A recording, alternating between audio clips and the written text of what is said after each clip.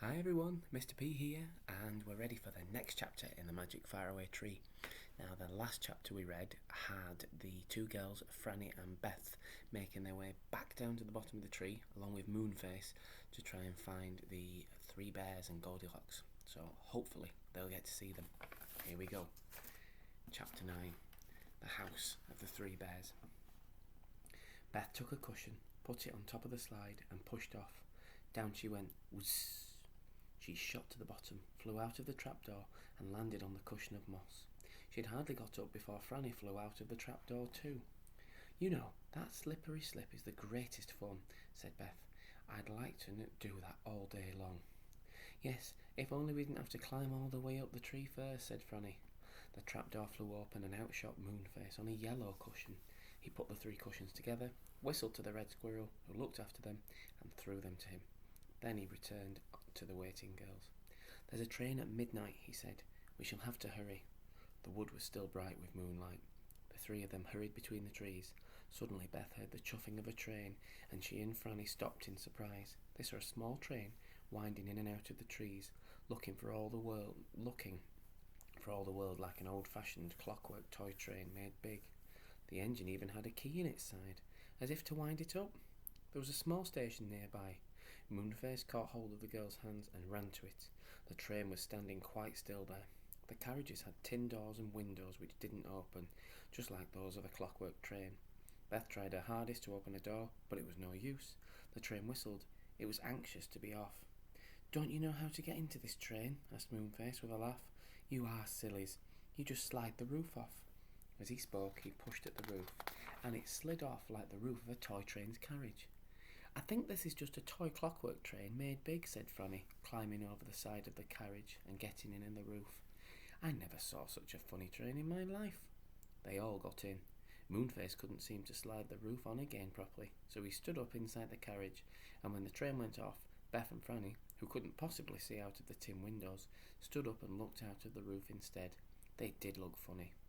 At the next station, which was called Doll's Station, three dolls got into the carriage and stared at them very hard. One was so like Beth's own doll at home that she couldn't help staring back. The second station was called Crosspatch Station, and standing next to the railway tracks were three of the crossest looking old women that the girls had ever seen. One of them got into their carriage, and the three dolls at once got out and climbed into the next one. "Move up," said the Crosspatch angrily to Moonface. He moved up.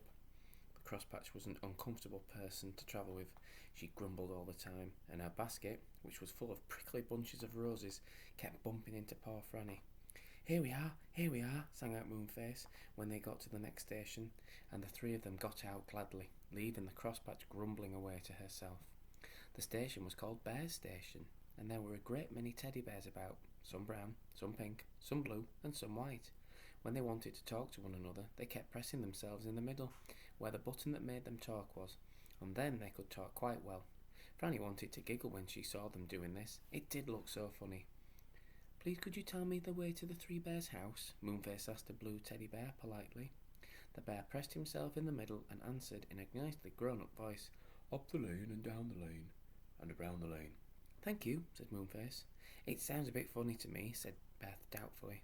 "Not at all," said Moonface, leading them up a little lane through the honeysuckle. "Here we are, going up a lane, and now you see it goes downhill, so we're going down, and presently we'll turn a corner and go around the lane." He was right. They went up and then down and then around, and there in front of them, tucked into a woody corner, was the dearest, prettiest little house the girls had ever seen. It was covered with pink roses from top to bottom, and its tiny windows winked in the moonlight as if they had eyes. Moonface knocked at the door.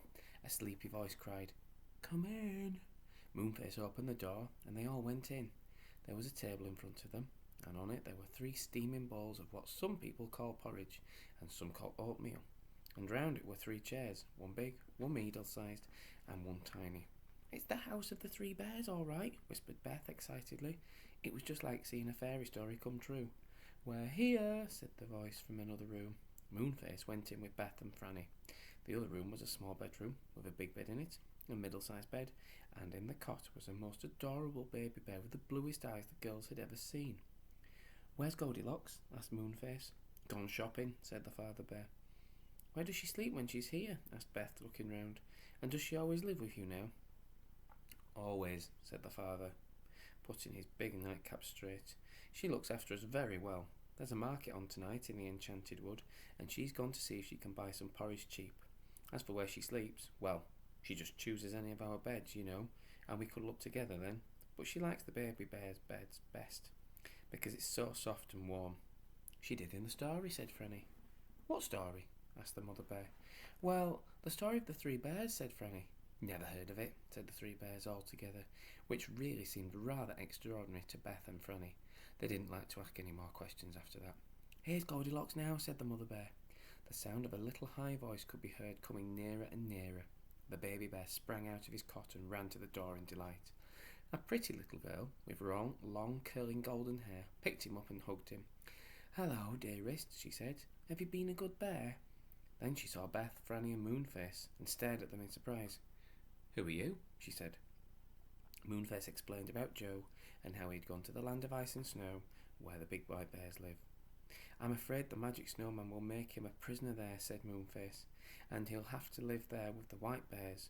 Could you get your three bears to come with us and ask the white bears to let Joe go free, Goldilocks? But I don't know the way, said Goldilocks. We do, said the father bear suddenly. The white bears are cousins of ours, Moonface. If you can help with us with a little bit of magic, we can visit the land of ice and snow in a few minutes. Good gracious, said Beth, most astonished. But it's ever so far away, right at the top of the faraway tree. That doesn't matter, said the father bear. He took down a large jar from the mantelpiece and filled it with water. He put it into a yellow powder and stirred it with a big black crow's feather. Moonface put his hands into the water and began to sing a string of such strange words that Beth and Franny felt quite trembly. The water bubbled. It rose up to the top of the jar. It overflowed and ran onto the floor. It turned to ice beneath their feet. A cold wind filled the little house and everyone shivered. Then Beth looked out of the window, and what she saw there filled her with such amazement that she couldn't say a word, but just pointed. Franny looked too, and whatever do you think? Outside lay nothing but ice and snow. They were in the same land as Joe. Though how this happened, neither Beth nor Franny could make out. We're there, said Moonface, taking his hands out of the jar and drying them on his red handkerchief.